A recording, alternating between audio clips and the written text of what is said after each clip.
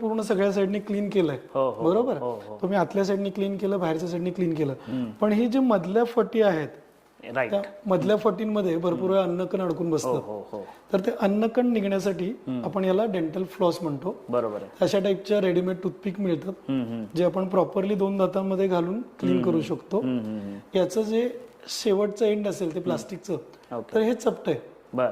सगळ्या लग्नामध्ये समारंभामध्ये आपण गेल्यानंतर पहिल्यांदा जेवण झालं की टूथपिक कुठे आहे टूथपिक आणि बडीशोप कुठे आहे. Yes yes yes. तर दोन्ही गोष्टी आपल्याला अवॉइड करायच्यात. अच्छा. एक म्हणजे ती टूथपिक जी असते ती गोल असते, हो. तात्पुरतं ते क्लीन होईल नक्कीच, पण थोड्या थोड्या दिवसानंतर तुम्ही टूथपिक घालून घालून तिथे एक मोठा खड्डा तयार करतात. बर बर बर बर. टूथपिकच्या ऐवजी या टाईपच्या प्लास्टिक, याचं काय नाव म्हणालात तुम्ही? याला फ्लॉस म्हणतो आपण. डेंटल फ्लॉस मेडिकल शॉप मध्ये असतो हा. बर बर. तर या टाईपचा फ्लॉस मिळतो किंवा एक कंटिन्यू असा धागा असतो. ओके. त्या धाग्याने पण आपण हाताने मॅन्युअली क्लीन करू शकतो. It is very easy to carry.